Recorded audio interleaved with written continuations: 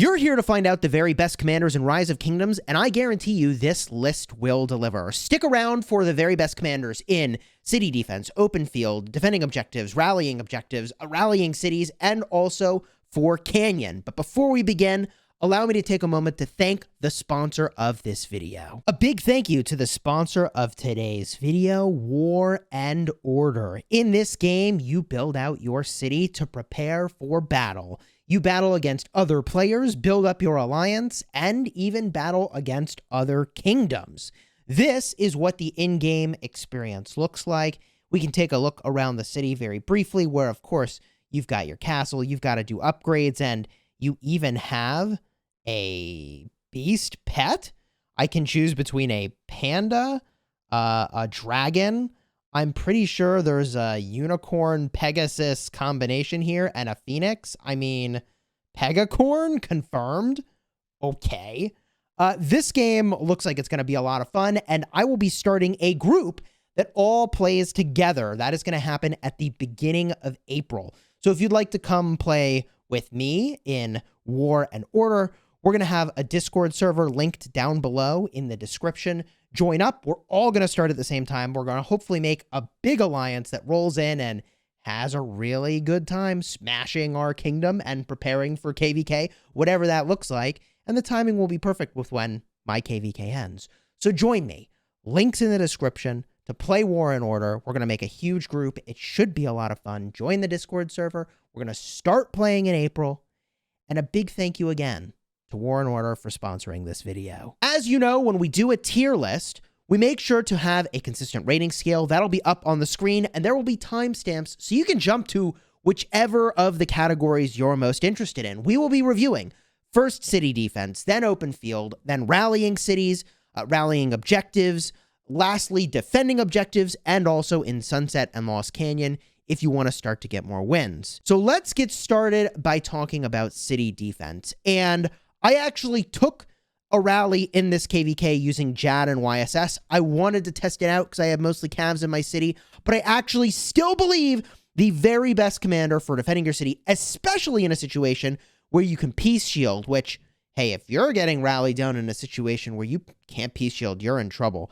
But assuming that you're playing things cautiously, your best option here is going to be Theodora with YSS. I still think this is the case, but I do think there is one commander that we need to mention that I haven't talked about previously in the same way, which is Zenobia. And although I am very much against using commanders that are ultimately going to heal troops and make it so that you could potentially have just a lot more troops hit your hospital and then overflow and die, the thing that's so good about Zenobia for a city defense is that she's actually very good with mixed troop types, and she definitely favors infantry. But if you were to put non-infantry gear on her and defend your city, like the set of gear that I've actually put together for my perfect city defense right over here, using a mismatched set to get a lot of bonuses to all troop types. You could do the same thing with the epic set bonuses, by the way. That is the revival set. You could accomplish the same sort of a thing. I actually think that Zenobia does very, very well. And I just wanted to mention that. So although the rankings haven't changed overall for city defenders, I do think Zeno is not quite as good as Theo and YSS, but actually still very, very strong. And some people may even argue that if you don't really mind the troop loss, that Zeno could in some cases be better if what you want to do is just kind of run for a really long time and do a lot of damage, but also take a lot of damage. Now, this next category you're probably more interested in, and that is open field. And the best commander for open field, in my estimation, is still very much Guan Yu. Guan Yu has his AoE silence, and that AoE silence is so important, even though it won't show up in your reports to understand exactly how valuable Guan Yu has been to you. The AoE damage factor is very large, the silence is really strong, and he also has some really great skills that make him maneuverable if you're using him as an individual march and you're actually micromanaging what he's doing. However, I do want to mention that I almost bumped him out of being the best commander in the game for open field in favor of Alexander Nevsky, and it's honestly, in my eyes, still a little bit of a toss-up, because Nevsky is actually just that good. For the most part, this list is unchanged since the last time I prepared a tier list. However, One commander I did want to bump up, and I think he deserves this mention, and it's very important to say that Minamoto is actually looking pretty good these days. I bumped him from an A+ to an S-. And the reason is just right over here. It's the 4th skill, making it so that the target takes 30% more damage, all damage, for 3 seconds. And that can happen anytime. There's just a 10% chance that happens, and it can only happen once every 5 seconds. But that is such a powerful debuff, whether you are swarming something, be it a player or a structure. This debuff is so good that Bunny was using Minamoto, this KvK, in his open field marches. It's a very, very strong commander. Now, I prefer slightly more tanky commanders, so I personally used Saladin over Minamoto. However, I actually do think that Minamoto brings more utility if what you care about is less the amount of Sev wounds you're going to take and more about the amount of Sev wounds that you're going to deal. I also wanted to bump down one commander, and it's not that this commander is worse than they were the previous time I released this list. However, Ramses is a commander that has lost a little bit of relative value. So I bumped him from an S to an S-. And you may think, why is that, Chisgule? It is specifically because of the loss of utility of his defense reduction. And you may be like, what do you mean loss of utility?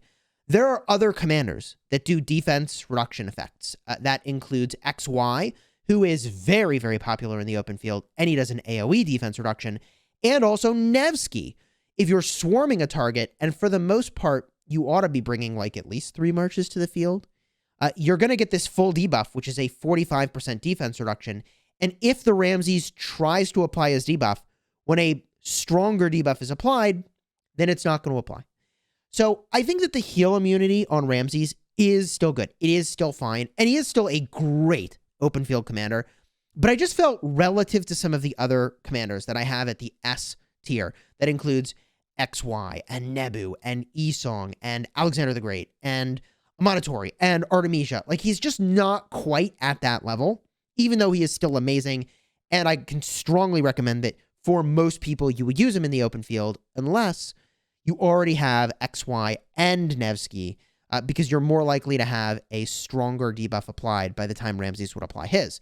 And that was my logic for why I was not using him in the open field, even though normally I might potentially bring him in if I want a more tanky option. It is also worth mentioning that the only reason that Pakal and Herald are in the S tier is because of cheeseburgering. And if you don't know what cheeseburgering is, I'll have a card up in the top that'll explain this way more in depth. But very briefly, this is when you pop out of your city, try to do a lot of damage to one march, and then pop back in. And in that process, a bunch of people will probably swarm you, but you trade positive anyways.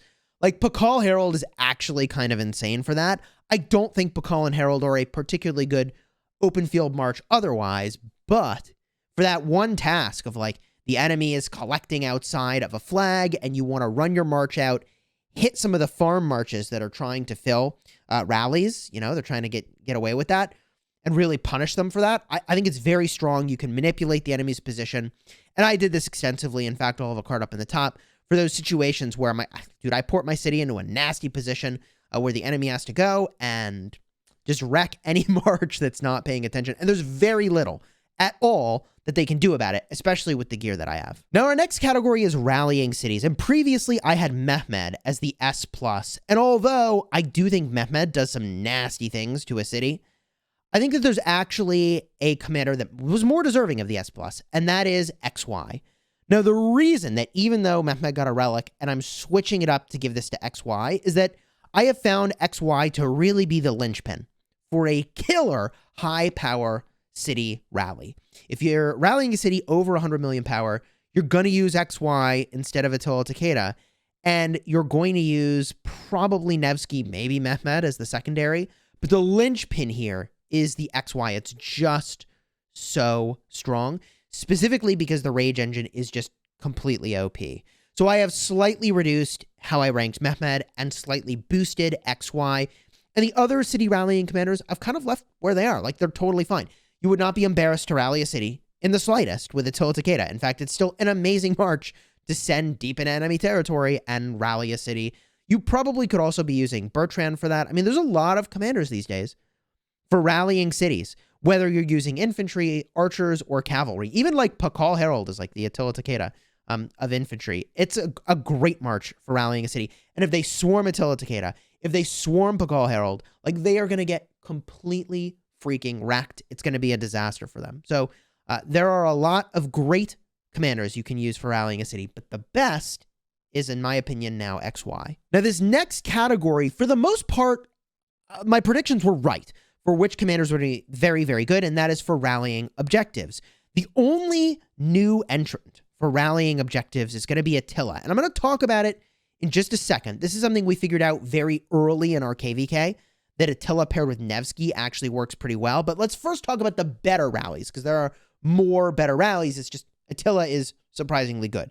The best rallies are going to be XY with Nevsky and Bertrand with Nevsky. But XY with Nevsky, if you leave that unchecked and you don't swarm it and you don't counter rally it, it is going to freaking obliterate you. It is so strong that it is really broken. One of the better garrison pairs. I'm going to talk about that in a minute as well. But XY with Nevsky is absolutely disgusting. For infantry, it's obviously Pakal and Herald. And for archers, it's still very much the same, with Gilgamesh and Nebu paired together. But this Attila pair actually is pretty good, the Attila and Nevsky. And even though Attila is making it right over here so that you deal 30% less skill damage, honestly, it doesn't even matter. Like, the two of them together are just very strong. And a part of what makes this combo work is you cannot swarm it. And I would argue that it's not as good of a rally against an objective as it is a counter rally. Because if you swarm this counter rally, I'll put a card up in the top. This was a live stream where this was happening, but they were, I think this happened in a live stream, where they were swarming rallies we had on forts, and we were just kind of trolling them using Nevsky and Attila together, and we were hoping they wouldn't notice, and they didn't, and they got so many deaths. This combo works really, really well because it has a huge amount of counterattack damage, and it also has a lot of procced tankiness, so procced health over here. Also, when you are surrounding a target, you're going to be taking less damage and also dealing more damage. Like, it's just really OP. And then all of a sudden, because of the talents on Attila, I made a dedicated video about this as well.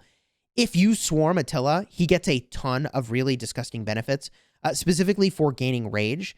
6 rage every time you're attacked. So even though, like, Attila, if you use him as the primary, doesn't have a rage engine, the second you try to swarm him, all of a sudden he's using his active skills insanely fast, and it's very, very dangerous for the people that are trying to swarm this rally. So again, I think it is a better counter rally than rally, but it does actually work. And I have bumped it up.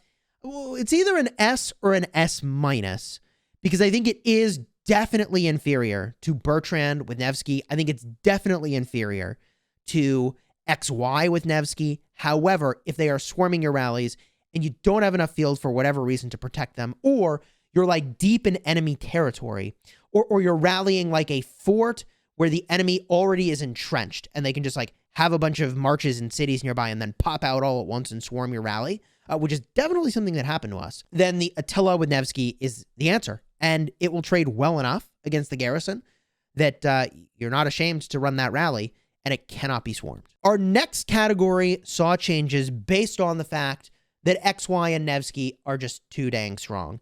And it's unfortunate for archers, because I was really hoping that I'd get to use a Monitori with Artemisia, and I didn't in this KvK, all except for like 1 or 2 occasions.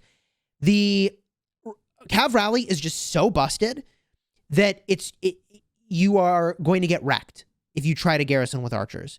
The only time you can garrison with archers is if you know they're already rallying you with Pakal. And so you can try to switch to archers after they've set the rally, and then you will wreck them.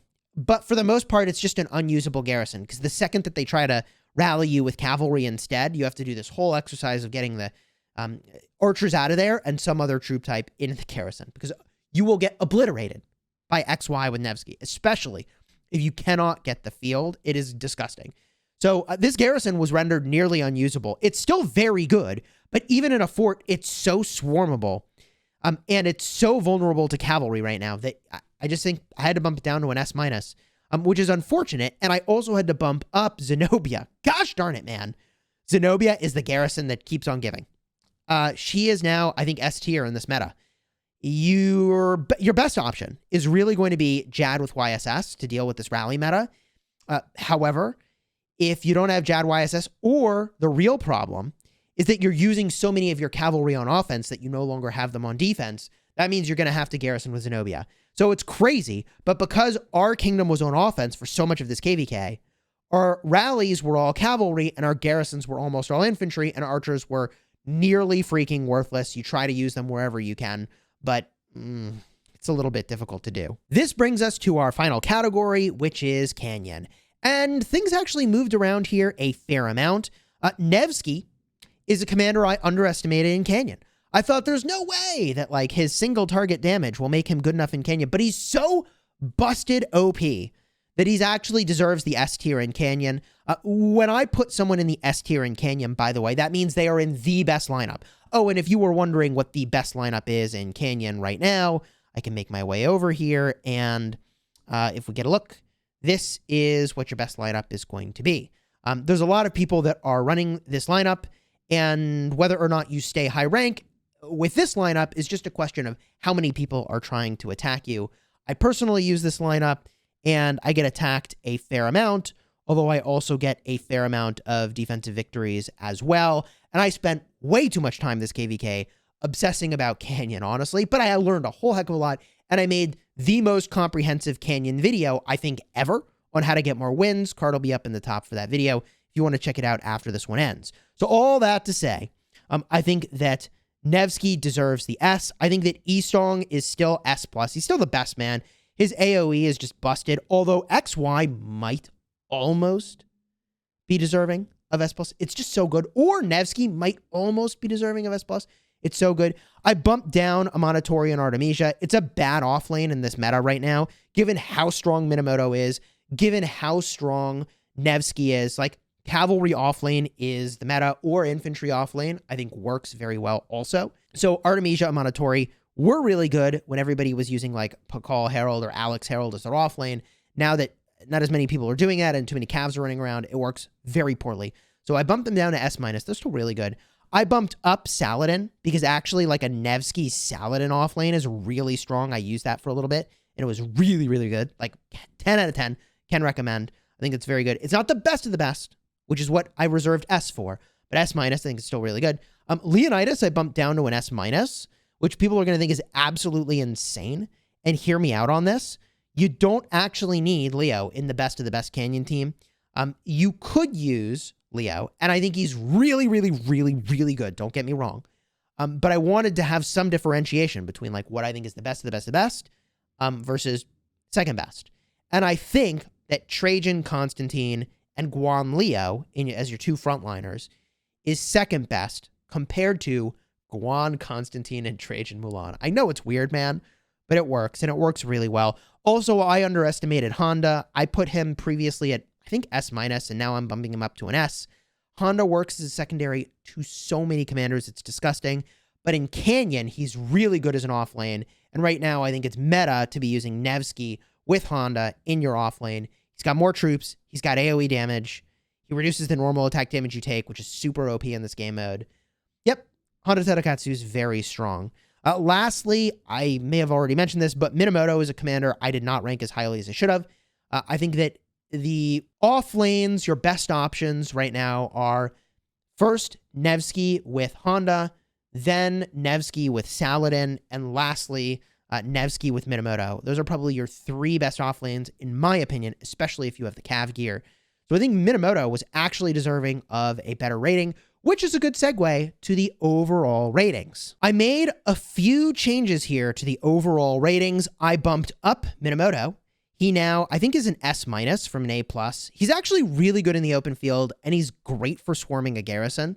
His debuff is super OP, and the single target damage is exactly what you want. I bumped down Solomon. I don't know why I'm even mentioning it. He's irrelevant. It's a bummer. We've used him to troll, and that was like his only relevancy in this KvK. And I bumped down Ramses just ever so slightly, not because he is worse, but because other options have emerged that are better, and also because other options have emerged that make a part of his big utility, which is reducing the defense of the target, less effective because it may not even apply at all. Like Nevsky is disgusting. Nevsky is absolutely disgusting. Now, if you've been investing in Ramses, that doesn't mean you shouldn't continue to potentially invest in Ramses. He's very, very good. Do not get me wrong, especially if you aren't using XY and you aren't using Nevsky. And it's very common for a lot of people. In fact, I have recommended this for a long time. When they get into Season of Conquest, they pair Ramses and Esong together. And that is still an amazing open field pair. It's bringing you a lot of things that you really needed. So I don't want people to get upset because Ramses is not quite as strong as he once was, because he's still really good. I just need a way to differentiate between what is really the best of the best and what I think is not quite as strong. And that's the reason why I'm bumping down Ramses ever so slightly. However, I do think my estimation that Nevsky is the best commander in the game is still very true. However, I will just call attention to the fact that in many ways, XY and Nevsky both are sort of tied for being ranked very highly in almost every category. Both I ranked at the exact same ranking for open field. One I ranked better for cities. The other I ranked better for rallying objectives. And then both of them have the same ranking for canyon. These commanders are very strong. As far as, I guess, the like top 3 or top 5 commanders in the game in Rise of Kingdoms right now, I mean, I think Nevsky and XY are very obviously at the top of that list. I think Guan Yu belongs up there. I think Esong certainly still deserves that spot. And the only thing I'll say is that many of you noticed I actually took Esong out of my lineup this KvK, which you might be thinking, why are you leaving him at the top of your rankings, but also you took him out of your lineup? And that's just because I have a ridiculous amount of options here. And so I was opting for slightly less damage and more speed and also damage mitigation by virtue of using Hada Tadakatsu instead of using Esong. And that's because I get focused a lot. That's the content creator debuff at work. So I just wanted to mention that although I personally took Esong out of my lineup, I actually felt very good bringing in Hada Tadakatsu. That doesn't mean, however, that Esong is bad. And also on the topic of Honda, I mean, I have him ranked at S- overall. You could argue that he is worthy of being an S overall. And the reason you would make that argument is that although you can't use him for rallying, he's really not good for that. He's so good in open field, you might actually say, like, he's just an open field commander. So just accept the fact that he's an open field commander. And, like, if that's all you're ranking him on, then actually he probably does deserve an S tier, especially because he can be paired with almost any troop type. In fact, he can be paired with any troop type. I mean, Guan Honda is a thing.